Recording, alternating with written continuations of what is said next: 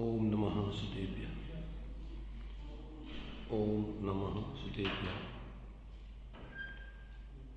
ओम नमः सुदेव्य।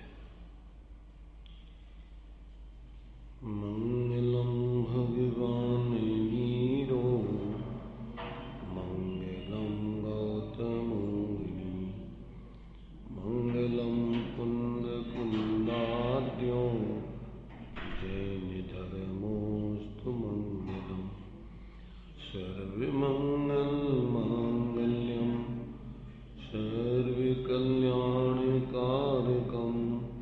प्रधानम सर्वधर्माणां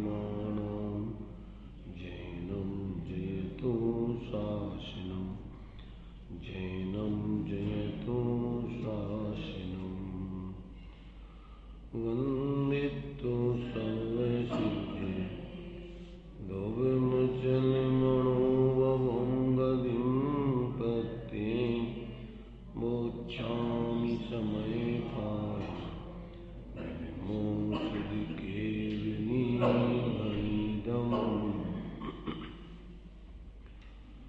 नमः शनै साराय शानुभूत्या च प्रासिते चित्सुभावाय भावाय सर्वभावान्तरचिते।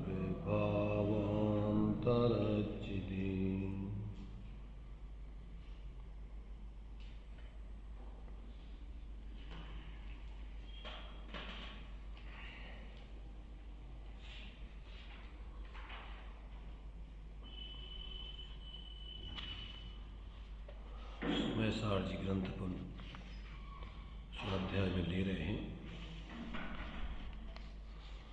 इसमें कर्ता कर्म अधिकार चल रहा है, क्योंकि इस ग्रंथ में शुद्धात्मा की ऊर्ध्वता करके 7 तत्व या 9 पदार्थों का स्वरूप बताते हुए उनमें उस एकत्र भक्त आत्मा की सिद्धि की गई है। तो ये 9 पदार्थों के आगे पीछे पहले जो अधिकार लिखे गए हैं उनमें एक बीच में कर्ता कर्म अधिकार, अंत में सर्वशुद्ध ज्ञान अधिकार, और बाकी इन सब में इन 9 तत्वों को ही लेकर के और उसमें एकत्र भक्त आत्मा की सिद्धि करके उसके आश्रय से जीव को मोक्ष मार्ग और मोक्ष की सिद्धि कराने का प्रयोजन आचार्य देव का रहा है। अन्य ग्रंथों में भी अधिकांशतः इन सब बातों का ही निरूपण होता है। 6 द्रव्य और 7 तत्व जैन धर्म का मूल विषय वस्तु स्वरूप है। उसमें से ही जीव को अपने मूल स्वरूप का ज्ञान कराकर और उसकी श्रद्धा ज्ञान लीनता पूर्वक मोक्ष मार्ग की सिद्धि कराकर मोक्ष रूप दशा को प्रकट कराने का प्रयोजन आचार्यों का रहा है, सभी आचार्यों का। ये ग्रंथ अध्यात्म का विशेष ग्रंथ माना जाता है। वैसे तो सभी ग्रंथों में आत्मकल्याण की बात है। अपन जिसको आगम और अध्यात्म कहते हैं, तो आगम का ही एक हिस्सा अध्यात्म है। आगम से अलग कोई अध्यात्म नहीं है। 6 द्रव्यों के स्वरूप बता करके और उसमें से आत्मा के हित का प्रयोजन बताना, वो आगम का कथन होता है। और जिसमें आत्मकल्याण की मुख्यता से ही कथन किया जाता है, वो अध्यात्म ग्रंथ कहलाते हैं। तो प्रयोजन तो उन सब का भी वही है, आत्मकल्याण कराने का।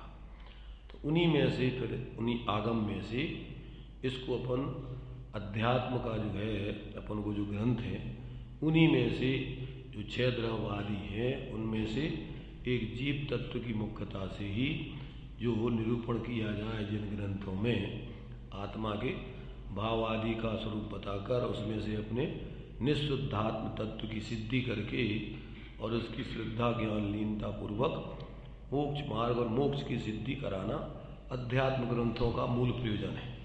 इसमें अन्य द्रव्य लोक आदि का वर्णन करके सबको बताना मुख्य प्रयोजन नहीं है, उनका विस्तार करना नहीं, उनका भी कथन इसमें आता है। अध्यात्म ग्रंथों में उन सबसे भेद विज्ञान कराने के लिए उनका भी सामान्य स्वरूप बताया जाता है, परंतु उनको बताने की मुख्यता नहीं है। उनसे तो भेद विज्ञान कराने के लिए वो मेरा स्वरूप नहीं है, ऐसा सामान्य रूप से उसको बताकर और अपने उस आत्मा की ऊर्धता की जाती है। सबसे पहले अपन को किसी भी वस्तु के स्वरूप को जब बताया जाता है तो उसमें 4 तरीके से उसका निरूपण किया जाता है।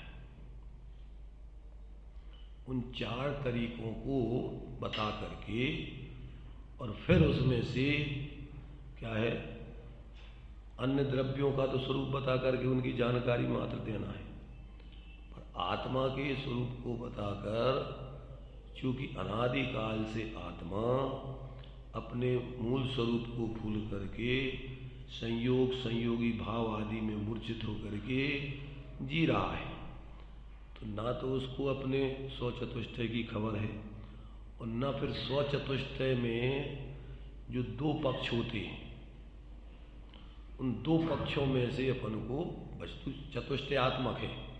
उस चतुष्टय में भी 2पना होता है, जिसको अपन बोलते हैं द्रव्यपना, पर्यायपना कहो या निश्चयपना कहो, व्यवहारपना कहो। शास्त्रों में कथन द्रव्यार्थिक नय और पर्यार्थिक नय अथवा निश्चय नय और व्यवहार नय 2 तरीके से कथन किए जाते हैं। तो उस 2 तरीके में वस्तु स्वरूप को ही बताया जाता है, उससे कोई अलग कुछ नहीं बताया जाता है। तो अभी उसका जब तक व्यक्ति को पूरा ज्ञान नहीं होता है तो इसी में भ्रमित होता रहता है कि क्या तो सामान्य है अथवा क्या निश्चय का या द्रव्यार्थिक नय का विषय है, क्या पर्यार्थिक नय का विषय है। और वो द्रव्य पर्यायात्मक या निश्चय व्यवहारात्मक पूरी वस्तु होती है। वस्तु क्या है? वस्तु चतुष्टय में उसके जो सामान्य विशेष पक्ष हैं, भेदा भेद आदि पक्ष हैं, ये वस्तु में है वो पक्ष। अब उन पक्षों को पहले तो वस्तु स्वरूप समझने के लिए समझना जरूरी है, चारों पक्षों को, और फिर उसमें से चूंकि अनादिकाल से जीव क्या है, अपने स्वरूप का अवलंबन करके स्वाश्रय पूर्वक जीवन जीता हुआ मोक्ष की यानी पूर्ण स्वाश्रय की सिद्धि नहीं की। अनादिकाल से जीव संसार दशा में पड़ा हुआ है, संयोग संयोगी भावों में जी रहा है। तो अब उसमें क्या है कि उसको पहले तो अपना स्वचतुष्टय बताना, पर उसमें से स्वचतुष्टय का ज्ञान कर लेने से सविकल्प दशा में अपन को जानकारी तो हो जाएगी, पर निर्विकल्पता पूर्वक मोक्ष मार्ग की सिद्धि नहीं होती। तो प्रयोजन की सिद्धि के लिए आचार्य देव ने अपने द्रव्यार्थिक नय के पक्ष को मुख्य करके और पर्यार्थिक नय आदि के पक्षों को गौण करके उस द्रव्य स्वभाव का अथवा अपने आत्मा के उस एकत्व भक्त स्वरूप का आश्रय कराकर पर्याय में निर्विकल्पता पूर्वक मोक्ष मार्ग की सिद्धि कराई है। जो यहाँ अपन को जो निश्चय का विषय अथवा द्रव्यार्थिक नय का विषय लिया जाता है वो प्रयोजन वसात है, वस्तु स्वरूप से अलग नहीं है। परंतु चूंकि वो वस्तु स्वरूप अगर तुम्हें ज्ञान में हो तो फिर तुम द्रव्यार्थिक नय के विषय को समझ सको। अब जिसको अभी पहले तो वस्तु पदार्थ का तो ज्ञान नहीं है, अब नयों के आधार पर कथन किया जाए तो वो तो सम्यक ज्ञान में होते नए, अब उसको नयों का विषय तो पता नहीं, तो वो क्या होता है, भ्रमित होते रहते हैं लोग। जब तक व्यक्ति को वस्तु स्वरूप का ज्ञान नहीं हो तो उसमें से प्रयोजन साधने की कला भी नहीं आ सकती है। इसलिए जयसेनाचार्य देव ने तो लिखा है कि पहले पंचास्तिकाय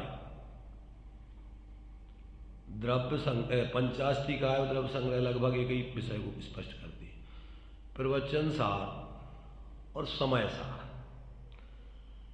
तो ये किया है मंद बुद्धि वालों को, पहले नहीं जानने वालों को लिखा उन्होंने कि पहले पंचाष्टिकाएँ पढ़ें। जयसेनाचार्य देव ने अपनी तात्पर्य वृत्तियों में तीनों की टीका आचार्य अमृतचंद देव ने की है, तीनों की टीका जयसेनाचार्य देव ने भी की है। उसमें लिखा कि पहले व्यक्ति को यानी सामान्य जीवों को, सामान्य बुद्धि वालों को पहले पंचाष्टिकाएँ पढ़ें, फिर मध्यम बुद्धि हो जाने पर, मध्यम रुचि वाले पर प्रवचन सार जी पढ़ें, और फिर विस्तार रुचि वाले और सूक्ष्म बुद्धि वाले फिर समय सार को पढ़ें। क्योंकि जब तक वस्तु स्वरूप स्पष्ट नहीं होगा तो नयों का विषय नहीं समझ पाएगा वो कि क्या कह रहे हैं आचार्य जी। तो सबसे पहले अपन सामान्य रूप से अभी अपन वस्तु के चारों पक्षों को समझते हैं। इसमें जो विषय चल रहा है वो फिर बहुत सरल हो जाएगा, अपन को समझने में कहीं भ्रांति नहीं होगी। पहले तो वस्तु को अपन चार रूपों में, कोई भी वस्तु होगी उसकी चार रूपों में कथन किया जाता है। चार रूप जिसको अपन स्वचतुष्टय बोलते हैं। प्रत्येक वस्तु स्वचतुष्टयात्मक होती है। तब स्वचतुष्टयात्मक, अनंत चतुष्टय अलग चीज है। वो अनंत भगवानों का जो अनंत दर्शन ज्ञान सुवीर होता है वो तो अनंत भगवान के अथवा सिद्ध भगवान के होता है।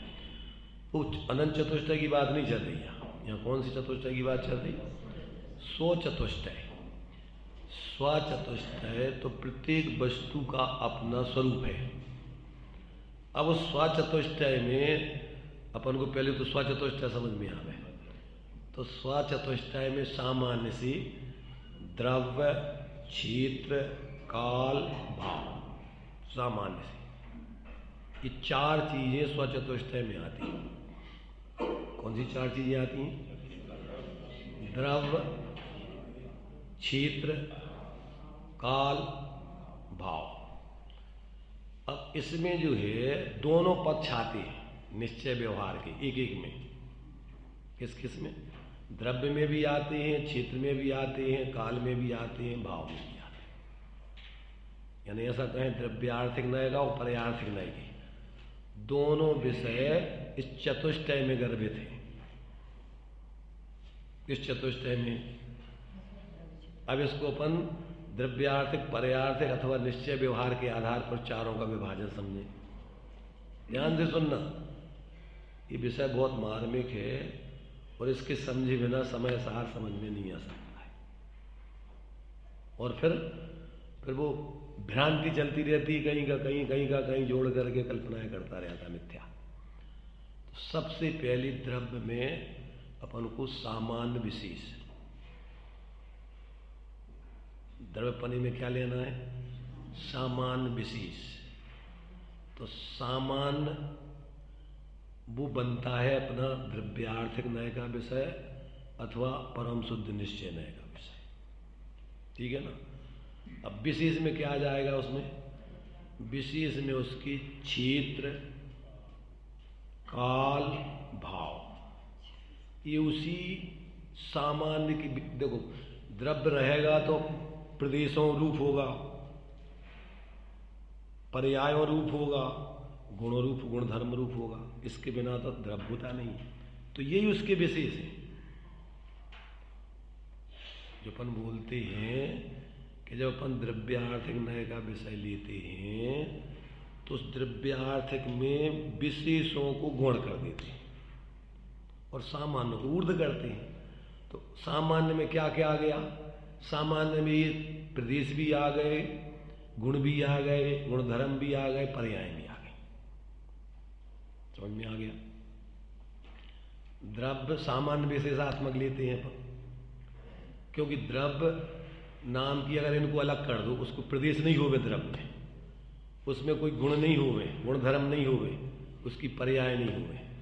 जो अपन बोलते हैं ना गुण पर्याय व द्रव्य। द्रव्य क्या है? गुण पर्यायों का समूह ही द्रव्य है।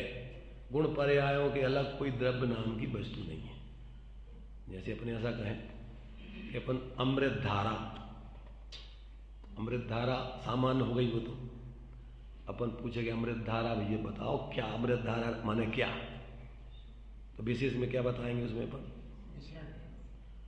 कि उसमें जो है पिपरमेंट, कपूर और अजवाइन का फूल इन तीनों को मिला करके अभेद, इनको अलग कर दो कोई भी चीज़ तो अमृतधारा नाम की कोई वस्तु नहीं है।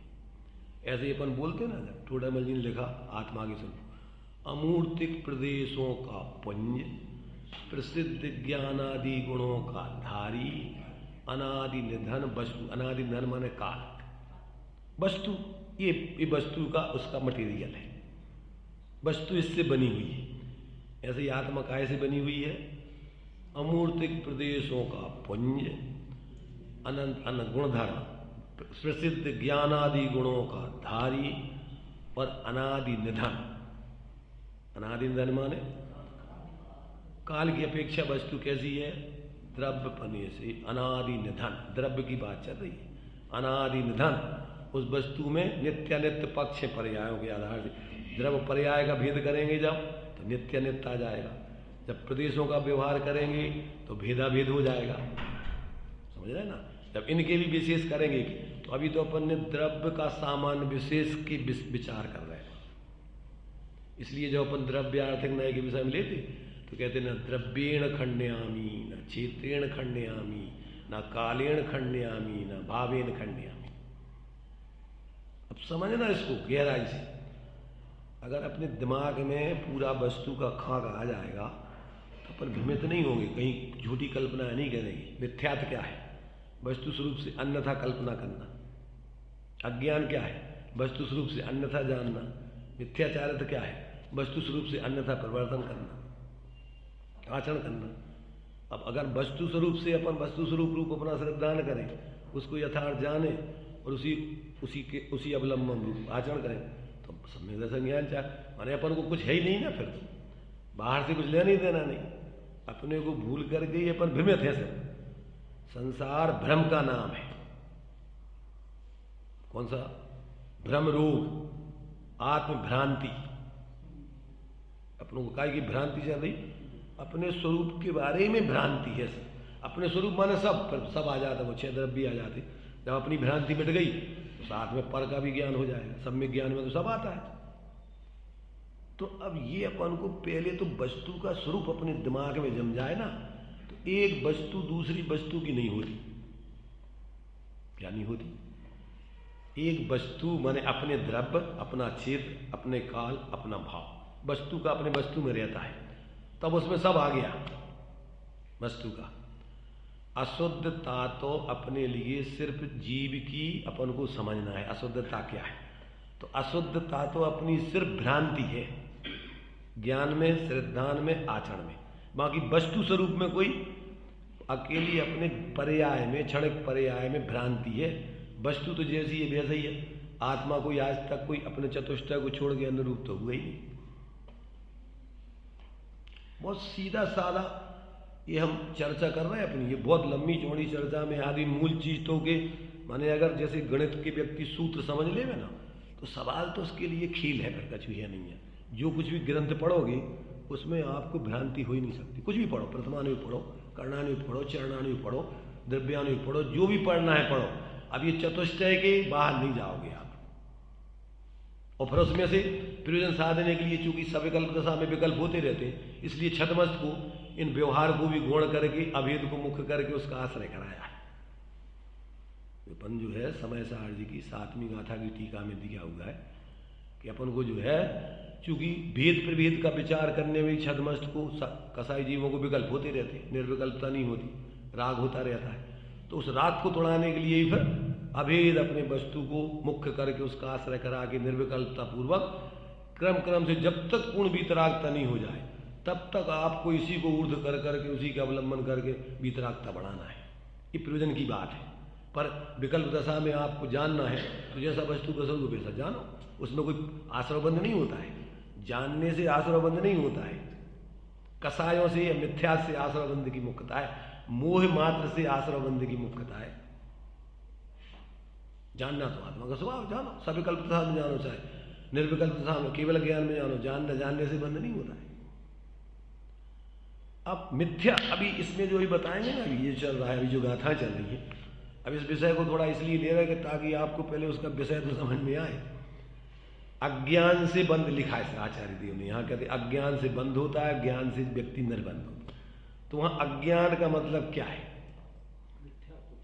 मिथ्या ज्ञान सहित मिथ्या श्रद्धान और मिथ्याचारित, ये तीनों चीजें अज्ञान मिली है। यहां पर जो है देखो, यहां पर जो है 206 पेज पर है, ये जो 3 गाथाएं अपनी अभी अज्ञानता की सिद्ध की है, 94, 95, 96 और 97 गाथा ज्ञान से कर्मों का बंध नहीं होता है। कर्मों का जीव करता नहीं होता ज्ञान से। तो ज्ञान माने कहा, ज्ञान माने यही मिथ्या ज्ञान और मिथ्या श्रद्धान और मिथ्या आचरण। अकेला ज्ञान में वहां ज्ञान तो बंध का कारण है ही नहीं, इनडायरेक्ट रूप में अज्ञान, मिथ्या ज्ञान, मिथ्या दर्शन और मिथ्याचारित का कारण बनता है और उससे बंध होता है आत्मबंध। तो अज्ञान को कारण बताया मूल में। क्यों कि अगर ज्ञान हो जाए तो मिथ्यात रूप वर्णन नहीं करे, मिथ्याचारित रूप वर्णन नहीं करे। तो भेद विज्ञान कराने के लिए ज्ञान की ऊर्ध्वता से कथन करते हैं। बंधन तो होता है मिथ्या दर्शन और मिथ्याचारित से, और निर्बंधता भी होती है सम्यक दर्शन और सम्यक चारित से। ज्ञान तो सिर्फ बीच में है ये, और ये अगर इसमें भेद विज्ञान हो जाए तो मिथ्यात और कसायों का अभाव हो जाता है। और यदि विपरीतता ज्ञान में चलती रहे भ्रांति, तो मिथ्या श्रद्धान और मिथ्याचारित का अभाव होते नहीं है, अनादिकाल से वही चल रहा है। इसलिए मूल कारण लिया ज्ञान को। यहां ज्ञान माने ज्ञान में यहां अज्ञान को कारण लिया बंध का। तो अज्ञान की 2 भेद की है अपन ने तत्वार सूत्र में। एक तो औदिक अज्ञान लिया है और एक लिया है छाइप्समिक अज्ञान। अपन द्रव्य संग्रह पढ़ा, नाणम अठ्ठव्यपम मदिसुद ओहि अणान नाणाड़ी, 3 ज्ञान और 3 अज्ञान। कौन से अज्ञान, कौन से ज्ञान? वे 8 प्रकार के ज्ञानों में मिथ्यात के साथ में जो ज्ञान होते हैं 3, वे अज्ञान है, और जो सम्यक के साथ होते हैं वे ज्ञान है। यहां को अभाव रूप अज्ञान नहीं लिया, औदिक अज्ञान। जो अपन को 21 भावों में जो अज्ञान लिया है वो तो अभाव रूप अज्ञान है। कर्म के उदय से जो ज्ञान की पूर्ण प्रकटता होने चाहिए वो नहीं है। ज्ञानावरण कर्म के उदय से क्या है, निमित्त रूप में। वैसे तो अपने ज्ञान गुण का ही जघन्य परिणमन वो चल रहा है, तो उसमें जो अभाव रूप ज्ञान का है, पूर्ण ज्ञान रूप परिणमन नहीं, उसको औदिक अज्ञान लिया है। नहीं आ रहा समझ में, थोड़ी बुद्धि लगाओ, क्योंकि मोक्ष मार्ग कोई अकेले मेहमान बन के नहीं मिलता है। मोक्ष मार्ग की सिद्धि तो पूरा का पूरा पुरुषार्थ पूर्वक सिद्धि होती है समझ करके। इसमें अकेले सिर्फ दूसरों के भरोसे काम नहीं चलता है। चाहे भगवान भी तुम्हारे सामने होवे, भी तुम्हारा कल्याण नहीं कर पाएंगे। और सामान्य छदमस्तों की बात तो दूर रखो। तुम्हारा कल्याण तुम्हारे ही कारण से होगा, और तुम्हारा अकल्याण तुम्हारे ही कारण से चल रहा है। पहले तो दिमाग में ये आना चाहिए, तो अपन को भ्रांति नहीं रहेगी कि अपन किसी के पीछे लग जाए तो हमारा कल्याण हो जाए। कोई की जय जयकार करते हुए तो हमारा कल्याण हो जाए।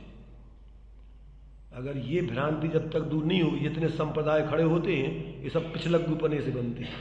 नहीं तो मोक्ष मार्ग में कोई किसी का पिछलग्गुपना नहीं चलता है। मोक्ष मार्ग तो स्वाधीन होता है, स्वाश्रय से मुक्ति बखानी।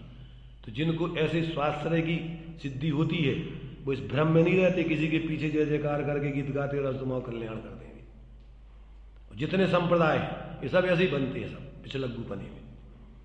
मोक्ष मार्ग तो स्वाधीनता से प्रत्येक व्यक्ति अपना अपना ज्ञान जागृत करके अपने स्वाश्रय से जीता है। साथ में ज्ञानियों के सत्संग आपस में रहते हुए एक अलग चीज है, परंतु वो कल्याण का कर्ता एक दूसरे को नहीं मानते। इसलिए कोरे अंध श्रद्धालु अंध भगत नहीं होते ज्ञानी जी। तो यहां अपन को जो अज्ञान से कर्मबंध होते हैं, यहां देखो इन्होंने टीका में लिखा है, वास्तव में यह सामान्यतया अज्ञान रूप जो मिथ्या दर्शन, मिथ्या अज्ञान, मिथ्या दर्शन में मिथ्या ज्ञान और अविरति रूप 3 प्रकार का सविकार चैतन्य परिणाम है, वह पर के और अपने अविशेष दर्शन से, अविशेष ज्ञान से और अविशेष रति माने लीनता से समस्त भेद को छिपाकर, भेद को छिपाकर मतलब अलग अलग नहीं जान के, दोनों को एक मान करके भावक को प्राप्त चेतन और अचेतन का सामान्य अधिकरण से मानो उनका एक आधार हो। इस प्रकार अनुभव करने से मैं क्रोध हूं ऐसा अपना विकल्प उत्पन्न करता है। इसलिए मैं क्रोध हूँ। ऐसी भ्रांति के कारण जो सविकार रूप माने सविकार यानी विकार युक्त है, ऐसे चैतन्य परिणाम रूप परिणमित होता हुआ यह आत्मा उस सविकार चैतन्य परिणाम रूप अपने भाव का कर्ता होता है। अपना भाव कौन सा? आगे देखिए, इसी प्रकार क्रोध पद को बदलकर अब सभी प्रकार के चैतन्य परिणामों में परम एकत्व ममत्व चलता है। तो उसमें जैसे जैसे क्रोध में लिया, ऐसे मान, माया, लोभ, मोह, राग, द्वेष, कर्म, नौकर, मन, वचन, काय, श्रोत, चक्षु, घ्राण, रसना, स्पर्शन के 16 सूत्र व्याख्यान रूप से लेना चाहिए और इस उपदेश से दूसरे भी विचार सब कर लेना चाहिए। तो तुम्हें सामान्य से 16 सूत्र बताए, 17 और भी जितने भी इस प्रकार के कर्मकृत और संयोग जनित जितने भी सोपाधिक और साविकार परिणाम है, वे सब इनमें एक अधिकरण मानने से मिथ्यात अज्ञानों का साय खड़ी होती। मिथ्या यदि भावार्थ में देखिए, अज्ञान रूप अर्थात मिथ्या दर्शन, मिथ्या ज्ञान, मिथ्याचारित यानी अवृत्ति रूप 3 प्रकार का जो सविकार चैतन्य परिणाम है, वह अपना और पर का भेद न जानकर मैं क्रोध हूँ, मैं मान हूँ इत्यादि मानता है। इसलिए अज्ञानी जीव उस अज्ञान रूप सविकार, तीनों प्रकार के अज्ञान रूप सविकार चैतन्य परिणाम का कर्ता होता है और वह अज्ञान रूप भाव उसका कर्म होता है। ज्ञानी ज्ञान भाव करे, अज्ञानी अज्ञान और कर्म भाव पुद्गल करे, यह निश्चय से जान। अज्ञानी कौन से भाव करता रहता है? निरंतर अज्ञानता पूर्वक के भाव करता रहता है। परद्रव्य में अहंकार, ममकार, कर्तृत्व, स्वामित्व, भोक्तृत्व आदि जो भी जीव अजीव अधिकार में, ये जीव अजीव में माने एकत्वपना और उनका कर्तृत्व भोक्तृत्वपना, कर्ता कर्म अधिकार में कर्तृत्व भोक्तृत्वपना और जीव अजीव अधिकार में एकत्व ममत्वपना, अहंकार ममकार को या एकत्व ममत्व को। और अजीब में 29 भाव ले लीजिए उनमें, और जी थे इधर 16 बता रहे। और भी जो इस प्रकार के अपने स्वरूप को छोड़ के बाकी जितने भाव, उन सब में असंख्यात लोक प्रमाण मिथ्यात्व के भेद हैं। तो अब ये क्या है कि ज्यादातर लोग तो अपने अपने संप्रदाय की रूढ़ी को ढोते रहते हैं धर्म के नाम पर जिंदगी भर, एक कदम आगे नहीं बढ़ते, क्योंकि भेद विज्ञान के बिना तो मोक्ष मार्ग चालू नहीं होता। तो ना तो उनको समझने की रुचि है, ना उसको अपने जीवन में प्रयोग करने की रुचि है। जो भी धारणाएं धर्म के नाम पर संप्रदाय में बना ली हैं, ज़्यादातर तो वो क्रियाएं कर ली, वो प्रवृत्ति कर ली कि तीसरी हो के चलो अपनों काम करेंगे। अपनों काम तो 24 घंटा होता है, धर्म का काम पार्ट टाइम का नहीं है कहीं कि मंदिर में अकेले स्वाध्याय के टाइम पे धर्म को काम और बाकी कर्म को काम। 24 घंटे धर्म का काम चलता है धर्मात्मा की। सम्यक दृष्टि कब सम्यक दृष्टि रहता है? मंदिर में स्वाध्याय के समय यहाँ, क्योंकि उसके 41 प्रकृतियों का आश्रवण 24 घंटे नहीं होता। सोते में भी मिथ्या दृष्टि नहीं बनता वो। अपन का सोचा है मंदिर आ गए स्वाध्याय कर लो तो धर्म, अब चलो। तो ऐसे धर्म नहीं चलाते। धर्म तो जहाँ तुम रह रहे होते तुम्हारा भेद विज्ञान 24 घंटे और अपनी स्वास्थ्य परिणति भूमिका अनुसार 24 घंटे जागृति पूर्वक चलती है, तब धर्म होता है। और वो जब ही होगा कि जब ये वस्तु के स्वरूप को तुम यथार्थ समझ के और अपने उस एकत्र भक्त आत्मा की श्रद्धा ज्ञान लीनता पूर्वक 24 घंटे प्रवृत्ति कर रहे होगे। ये तो ज्ञान में लब्धि उपयोग होता है, चारित्र श्रद्धान में तो परिणमन होता है, सदा काल जैसा होता है, चल रहा है। तो अपना उपयोग बाहर में व्यवहार में कभी स्वाध्याय करें, पूजन करें, क्योंकि सम्यक दृष्टि के परिणाम 2 प्रकार के चलते हैं, सविकल्प और निर्विकल्प। तो सविकल्प में कभी पुण्य के कार्यों में विशेष दिखता है, कभी निचली भूमिका में संसार के कार्यों में दिखता है, कभी अपने स्वरूप के ध्यान में निर्विकल्प अनुभूति में दिखता है।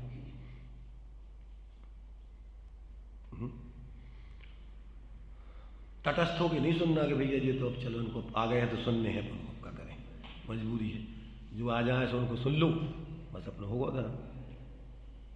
ये नहीं समझना कि भैया आप तो जी जो कह रहे हैं सो अपन सुना जाओ, कछु समझ में नहीं आए तो पूछना, चर्चा करना है। इतने अपन कोई कछु धंधो नहीं कर रहे व्यापार कि हमारा सुनावे को धंधो है, तुम्हारा सुनवे को धंधो है। ये तो आत्म कल्याण की दृष्टि से अपन हम भी स्वाध्याय कर रहे हैं और आप भी स्वाध्याय के लिए बैठे हो। और अपन अभी छद्मस दशा है, हम भी आगम युक्ति तर्क ज्ञानियों के अनुभव और स्वयं प्रयोग करके और ये सब अपन चर्चा कर रहे हैं। और अपन सब भी आगम, अपन ने टोडेमल जी ने कहा कि अगर तुमने भी कोई विशेष ग्रंथ जाने हो तो तुम लिख भेजना हमें। साधर्मियों के तो परस्पर आपस में चर्चा ही चाहिए। लिखा रहस्यपूर्ण चिट्ठी में नहीं, उनकी समस्याएं थीं तो चीज विशेष जानते थे, इनने उसका समाधान लिखा अपनी तरफ से कि हम अपनी बुद्धि से लिख रहे हैं, तुम आगम से मिला लेना, अध्यात्म से मिला लेना और अपने अनुभव से मिला लेना। और तुम्हें कोई और विशेष तुमने अनुभव किया हो, जाना हो तो हमें लिख भेजना, क्योंकि अभी छद्मस दशा है। जरूरी नहीं है कोई एक व्यक्ति जो जानता है दूसरा उससे ज्यादा जानता हो, संज्ञान सबके अलग अलग है। इसलिए अपन को साधर्मी पने से अपन एक दूसरे से चर्चा करें। तो ऐसा नहीं कि एक बोल रहा है तो बस वो सब कचुए उसे सुनने वाले बैठे अपने आराम, उनको कुछ नहीं। सबकी जिम्मेदारी है मोक्ष मार्ग में अपना कल्याण करना है, तो तुम्हारे खुद के ज्ञान से, तुम्हारे खुद के सम्यक जीवन से होगा, सामने वाले के जीवन से, ज्ञान से नहीं होगा। ये तो अपन को परस्पर में निमित्त नैमित्तिक संबंध से एक अपन को एक व्यवहार में स्वाध्याय आदि की परंपरा है।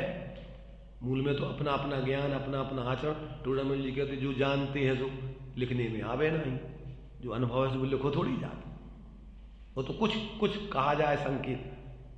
तो अब ये अपन को इन सब बातों का जब तक अपन गंभीरता से विचार करके और जब तक प्रयोग नहीं करेंगे तब तक आपको जो सम्यक दृष्टि के निसंकेत आदि गुण होते हैं ये प्रकट नहीं हो सकती। मिनमत ही रहता है, कभी कुछ जो आता गंगा गए गंगादास, जमुना गए जमुनादास। ना अपन का कथन कौन कर रहा हो, है सही कर रहा हो कि एकांत से कर रहा हो, कि भ्रांति से कर रहा हो, कि सांप्रदायिकता से कर रहा हो, पक्षपात से कर रहा हो, अपन को कोई निर्णय नहीं करें, कुछ नहीं है। सब अपने अपने संप्रदाय का पोषण करने के लिए सामने वालों की जो मान्यता है उसी का पोषण कर ले रहा हो, ये तो तुम्हारी और शत्रुता है उनके प्रति, मित्रता नहीं कहलाएगी। अरे सामने वाले की गलती है तो उस गलती को बताओ ना। आत्मानुशासन में तो लिखा कि अगर आचार्य अपने शिष्यों के दोष न बताकर इस भय से के दोष बताएंगे तो ये भग जाएगा, हमें नहीं मानेगा, हमारी पूजा नहीं करेगा। तो कहते वो तो और दुष्ट से भी ज़्यादा खतरनाक है वो आचार्य। ऐसे दोषों में उस शिष्य मर जाएगा तो जिम्मेदारी किसकी है? उस शिष्य ने तुझे आचार्य बना करके सोचा कि हमारा हित करेंगे, तो तूने गलती नहीं बताई, उस खल से भी ज़्यादा खतरनाक बताया उसको। इसलिए साधर्मी और मित्रता तो वही है कि अपने मित्र की परेशानी को दूर करने के लिए उसको बताए, छिपा के नहीं रखे। और आपस में मित्र तो अपनी जो कुछ भी होते एक दूसरे की खुली अंदर से बातें करते हैं, भी जो अनुभव करते हैं तो सामने को बहुत बताते हैं, सामने वाला भी अपने अनुभव उसको बताता है। तो देखो अपन अभी वस्तु स्वरूप को समझने के लिए चतुष्टय की बात कर रहे हैं। पहले क्या की बात कर रहे हैं? प्रत्येक वस्तु चतुष्टय। तो पहले तो द्रव्य, क्षेत्र, काल, भाव। तो द्रव्य में अब दो पक्ष हो गए, सामान्य विशेष। आ गया सामान्य विशेष पक्ष समझ में। सामान्य माने अभेद वस्तु, विशेष माने उसमें जो भी क्षेत्र हैं, गुण हैं, पर्याय हैं, वे सब उसमें आ गए। समझे? क्योंकि उसके बिना वस्तु होती नहीं, तो वे उसके विशेष है। उन सबको मिला के, जैसे कोई भी चीज़ बनाओ, हलवा बनाओ, तो विशेषों के बिना हलवा होता ही नहीं है। सब मिला करके अभेद हलवा है, और उनको अलग कर दो एक एक को तो कभी वस्तु ही नहीं है। ऐसे ही द्रव्य को तुम उसमें से निकाल दो, सब चीज़ें, सब विशेष निकाल दो, तो गर्भित सभी विशेषा। सामान्य में क्या होता है? सब विशेष उसमें गर्भित हैं, अलग नहीं समझना।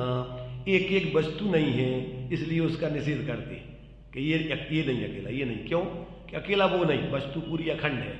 जब अपन द्रव्यार्थिक न्याय से अखंड द्रव्य की बात करेंगे तो एक एक भेद, जैसे प्रमत्त अप्रमत्त जीव नहीं है, ज्ञान नहीं, दर्शन नहीं, तो गुण नहीं है, तो एक एक गुण नहीं है, एक एक पर्याय नहीं, पर सभी पर्यायों में द्रव्य अन्वय रूप से व्याप्ता है। बिना गुणों के, बिना द्रव्य के कोई पर्याय आसमान में तो होती नहीं है। किसे कहते पर्याय? गुणों के परिणमन को पर्याय कहते हैं। तो वो गुणों का ही परिणमन है। और गुण किसे कहते हैं? जो द्रव्य के संपूर्ण भाग और संपूर्ण अवस्थाओं में पाया जावे उसका नाम गुण है। तो वो गुण पर्यायमय है और द्रव्य गुणमय है और एक दूसरे पर अगर देखा तो एक दूसरे मय है पर। तो अपन को समझने के लिए ये सारे सामान्य विशेष भेद प्रभेद और प्रयोजन साधने के लिए किसी को मुख्य किसी को गौण करना है, अभाव किसी का नहीं करना है। क्योंकि अभाव किया जाए तो निरपेक्ष नया मिथ्या। कैसे कहते मिथ्या?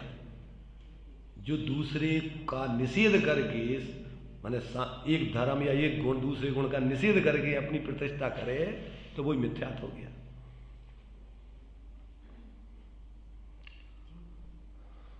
आ रहा थोड़ा समझ में?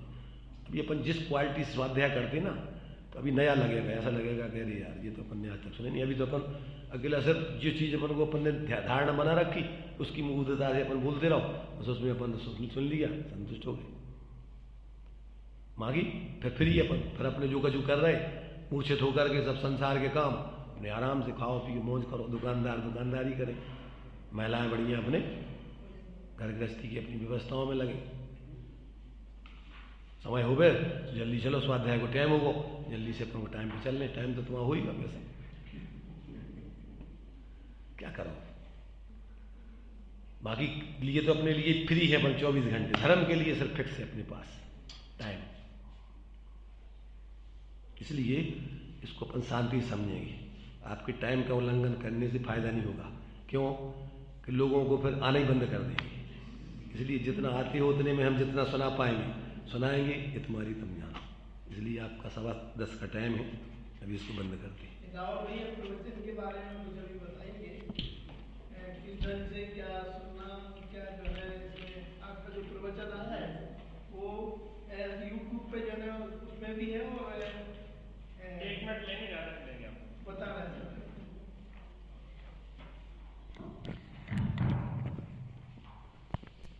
कुछ व्यक्ति तो गुस्से में चले जाते हैं, यार ये तो हमारा समय खराब करेंगे, यहाँ ना समझ में आएगा तो अपना ज़्यादा नहीं चल। स्वयमेव इस जगत का सब काम हो रहा है, स्वयमेव इस जगत का सब काम हो रहा है। हमको भी धीरे धीरे श्रद्धान हो रहा है, हमको भी धीरे धीरे सद्ज्ञान हो रहा है। सभी द्रव्यों का परिणमन स्वतंत्र और स्वाधीन है, कोई किसी का कर्ता धर्ता नहीं है। यहाँ कर्ता कर्म अधिकार के माध्यम से वही हमारी परद्रव्य में कर्तृत्व और भोक्तृत्व की बुद्धि तोड़ाई जा रही है। अभी हम लोग आ रहे थे, अब से भैया लेने पहुँचे, अचानक उनके फ़ोन आया कि अपूर्व का एक्सीडेंट हो गया है, तो तत्काल वो वहाँ से भागे। कब क्या कैसी घटना घट जाए, यह तत्व ज्ञान अगर हमारे पास होगा तो हम किसी भी स्थिति को स्वीकार करने के लिए तैयार होंगे, और अगर तत्व ज्ञान नहीं होगा तो हम बेवहल हो जाएंगे। इसकी कितनी कीमत है हमें समझना चाहिए। ना ज्ञान जो है वो ज्ञानियों के बिना नहीं होगा, ज्ञान को कोई ना कोई धारण करता है, तो ज्ञानियों के प्रति भी बहुमान आए बिना नहीं रहता है। यहाँ लोक का तो लोक में ही रह जाएगा। करने को जड़ का कार्य तुझे जड़ ही होना होगा, करने को जड़ का कार्य तुझे जड़ ही होना होगा। जड़ का कार्य अपन कर सकते क्या? जड़ का कार्य करेंगे तो जड़ हो जाएंगे।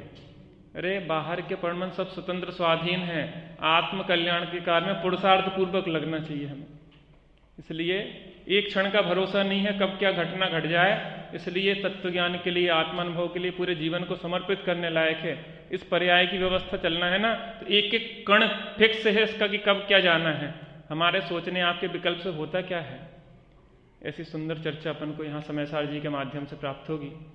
मुझे कुछ जानकारी देना थी। कल ग्रुप पे आपकी लिंक दी गई है, यूट्यूब की लिंक। आप उसको सब्सक्राइब कर लें, यूट्यूब चैनल को, टेलीग्राम चैनल की भी लिंक आएगी, उसको आप ज्वाइन कर लें। जितने भी प्रवचन पहले के हैं, अभी जो आ रहे हैं, वो आप सभी लोगों को तत्काल प्राप्त होते जाएंगे। समय पे बीके जैन भाई साहब और लोग उसको भेजते हैं। बहुत बहुत सुंदर ढंग से चर्चा यहाँ पे आई है। कल मैं आपको बताऊँ, एक भैया का रामायण से फ़ोन आया कि हमें तो मिल गए जिन्हें चाहिए था। उन्होंने एक प्रवचन सुना त्यागी जी का, और कहने हमें जिसकी ज़रूरत थी वो मिल गए, अब हमें कुछ नहीं चाहिए। कहले हम तो एक टीचर हैं, कहले हमारे 2 पीरियड हैं भाग्य से, तो 2 पीरियड करे और एक हमने बढ़िया कुटिया सी बना ली और वहीं जाके बैठ के त्यागी जी के प्रवचन सुनते रहते हम तो। कहले हमें जिसकी ज़रूरत थी वो मिल गए, अब तो बस मस्त है, हमें तो बस आपके पास आना है, जैसी छुट्टी मिलेगी तो हम तो आपके पास आएंगे। आप समझ नहीं सकते कि लोगों का रिस्पॉन्स कितना अधिक आता है। जिसको सहजता सुलभता से प्राप्त हो जाए शायद उसकी कीमत नहीं आए, लेकिन मुझे तो लोग रिस्पॉन्स देते ना, तो मुझे लगता है कि यार वास्तव में कितने लोगों का, और जिस देशना है जिन देशना, आज स्वामी जी कब हुई और आज भी हमें उनके प्रवचन प्राप्त हो रहे हैं। इसलिए थोड़ा रिकॉर्ड करते हैं, अपन इसकी सेटिंग मिलाते हैं कि लोगों को कितना लाभ होता है। और आप लोगों का इतना भाव रहा, तभी तो अपन यहाँ आने का भाव बना, भोपाल एक स्थान बना है, तो इसको और रुचि बढ़ाएं। और अभी सिंगोली में तो 2 साल के बच्चे से लेकर 100 साल तक के लोग अब जुड़े थे त्यागी साहब से। हम चाहते कि आप नई पीढ़ी को भी जोड़ें। त्यागी साहब के पास तो हर कोई जुड़ जाता है, उनके पास वो कला है कि छोटे बच्चे से लेकर बड़े तक सब ग्रहण कर सकते। तो इसलिए ज़्यादा से ज़्यादा लोग लाभ लें। आपके बच्चों को पैसे दे के जाएंगे तो पैसे यहीं रह जाएंगे, लेकिन तत्व ज्ञान दिलवाएंगे तो अगले भवों में भी काम आएगा। सभी लोग हम अपनी आत्मार्थ के कल्याण में लगे इसी मंगलमय भावना से। निज निधि निज